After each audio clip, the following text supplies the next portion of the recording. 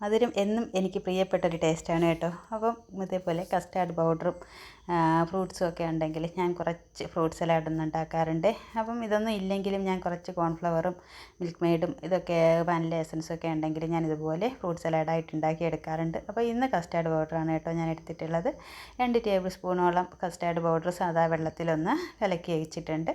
പിന്നെ അതുപോലെ തന്നെ 3 ടേബിൾ സ്പൂണോളം മിൽക്ക് പൗഡറും കൂടി ചൂടുവെള്ളത്തിലൊന്ന് മിക്സാക്കി എടുത്തിട്ടുണ്ട്. ഇതെല്ലാം കൂടി അരിച്ചെടുത്ത് ഒരു പാത്രത്തിലോട്ട് ഒഴിച്ച് കൊടുത്ത് പിന്നെ 1 ടേബിൾ സ്പൂണോളം വാനില എസൻസ്, കുറച്ച് മിൽക്ക് മെയ്ഡ്, ഇതിൻ്റെയൊക്കെ ടേസ്റ്റ് കൂട്ടാൻ വേണ്ടിയിട്ടാണ് കേട്ടോ മിൽക്ക് മെയ്ഡ് പാൽപ്പൊടിയൊക്കെ ചേർക്കുന്നത്.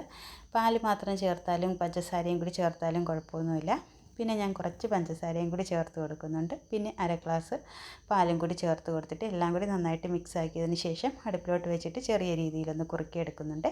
അതെല്ലാം കൂടി തണുക്കുമ്പോഴേക്കും ഇതുപോലെ പാത്രത്തിലാക്കി ഒന്ന് തണുപ്പിക്കാൻ വേണ്ടിയിട്ട് ഫ്രിഡ്ജിലോട്ട് വയ്ക്കാം. അപ്പോൾ ഞാൻ എൻ്റെ കയ്യിലുള്ള ഫ്രൂട്ട്സ് എല്ലാം കൂടിയൊക്കെ അരിഞ്ഞെടുത്തിട്ടുണ്ട് കേട്ടോ. ഞങ്ങളുടെ ആപ്പിളിനെ ഞാൻ കറക്കാതിരിക്കാൻ വേണ്ടിയിട്ട് കുറച്ച് പഞ്ചസാര പാനിയിലൊന്ന് ഒഴിച്ച് വെച്ചിരിക്കുകയാണ്.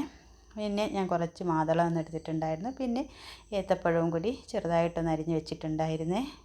അപ്പം ഏത്തപ്പഴം വേണ്ടാത്തവർക്ക് അതിട്ട് കൊടുക്കാതെ ഇരിക്കാൻ വേണ്ടിയിട്ടാണ് കേട്ടോ ഞാൻ ഓരോ ഗ്ലാസ്സിലാക്കിയിട്ട് മിക്സാക്കി എടുക്കുന്നത്.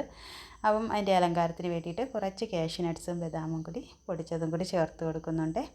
അപ്പം അടിപൊളി ടേസ്റ്റാണ് കേട്ടോ. പെട്ടെന്നൊക്കെ ഒരു മധുരം കഴിക്കണമെന്ന് തോന്നിയാൽ ഇതുപോലെയൊക്കെ ഒന്ന് ചെയ്തെടുക്കാം. ഐസ്ക്രീം കഴിച്ചതുപോലെ ആവും. പിന്നെ അതിൻ്റെ കൂടെ ഫ്രൂട്ട്സും കൂടെയൊക്കെ ഉള്ളതുകൊണ്ട് ഒരല്പം ഹെൽത്തിയും കൂടി ആയിക്കോളും. ഹെൽത്തി എന്ന് പറയാനൊന്നും പറ്റില്ല, കാരണം പഞ്ചസാരയാണല്ലോ. എന്നാലും കുഴപ്പമില്ല, മധുരമൊക്കെ ഇഷ്ടമുള്ളവർക്ക് ഇതൊക്കെ ഒന്ന് ട്രൈ ചെയ്യാവുന്നതേ ഉള്ളൂ. വല്ലപ്പോഴും ഒക്കെ ഇങ്ങനെയൊക്കെ ഒന്ന് കഴിക്കാം കേട്ടോ. അപ്പോൾ വീഡിയോ ഇത്രയേ ഉള്ളൂ. ഇഷ്ടമായാൽ ലൈക്ക് ചെയ്യാനും സബ്സ്ക്രൈബ് ചെയ്യാനും കമൻറ്റ് ചെയ്യാനും മറക്കരുത്.